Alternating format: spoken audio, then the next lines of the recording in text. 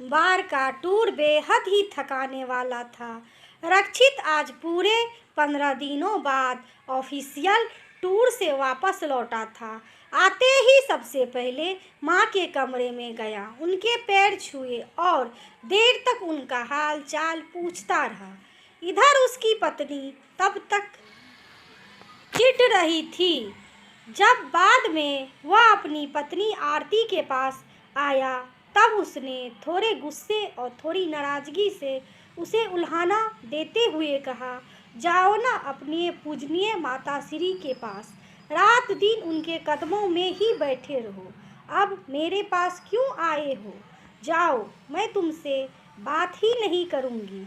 अपनी नई नवेली पत्नी की नाराजगी वाली बात सुनकर रक्षित थोड़ा सा मुस्कुराया। फिर उस आरती की ऐसी नादानी और मासूमियत पर बहुत प्यार आया। उसने आरती को प्यार से अपने पास बैठाते हुए कहा, आ तो गया हूँ अब अपनी पत्नी के पास। अब अपने पति का थोड़ा प्यार करो ना, थोड़ा बोलो, बतियाओ ना।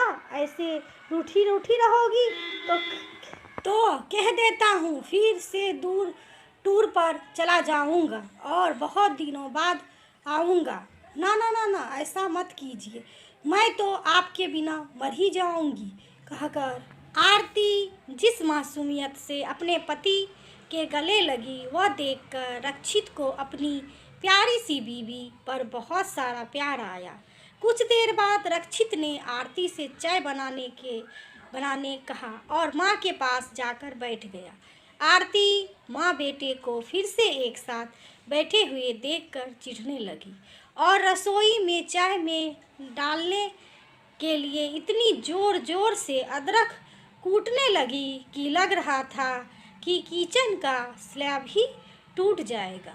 तभी अचानक उसका गुस्सा शांत हो गया जब उसने अपनी सास को रक्षित को समझाकर कहते हुए सुना, बेटा, तुम्हारी नई नई शादी हुई है, तुम दोनों एक दूसरे के समय दो, प्यार दो, फिर एक दूसरे को समझ पाओगे।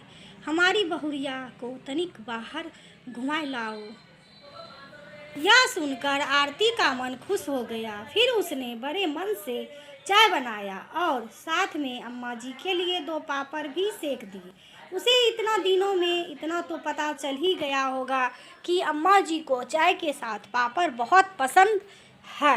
अम्मा ने भी आरती से खूब लाड जताया और उसे तैयार होकर अपने पति के साथ घूमने आने को कहा। आरती रक्षित के साथ बाहर कुछ रोमांटिक पल बिताने के नाम से बहुत खुश हो गई और सास के गले लगकर उन्हें बच्चे की तरह चूमते हुए बोली, अम्मा जी, आप बहुत अच्छी हो, आप तो सास नहीं माँ की तरह लगती हो। अम्मा जी यह सुनकर गदगद हो गई और रक्षित के चेहरे पर सास बहू का ऐसा प्यार देखकर एक सुकून सा आ गया। इधर बेटा और बहू दोनों घूमने गए। उधर अम्मा जी अपनी सफलता पर खुश हो रही थी कि अच्छा हुआ जो उन्होंने बहू की नाराज़गी वाली बात सुन ली थी और जान गई थी कि इसलिए उसे माँ बेटे का आपस का प्यार भी खटक रहा है, पर वह कोई बुरी सास नहीं बनेगी और ना ही बेटे बहू में झगड़ा होते देख खुश होगी। वह तो एक अच्छी माँ बनेगी।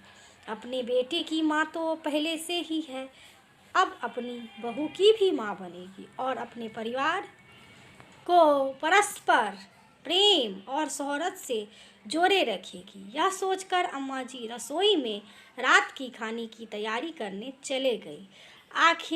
आखिर बहू घूम फिर कर जब वापस आएगी तब उसे खाना बनाना थोड़े ना अच्छा लगेगा। अम्मा जी भी तो कभी नई नौतर बहुरिया थी, सो वह अपने बहू के मन की बात अच्छी तरह से समझती थी।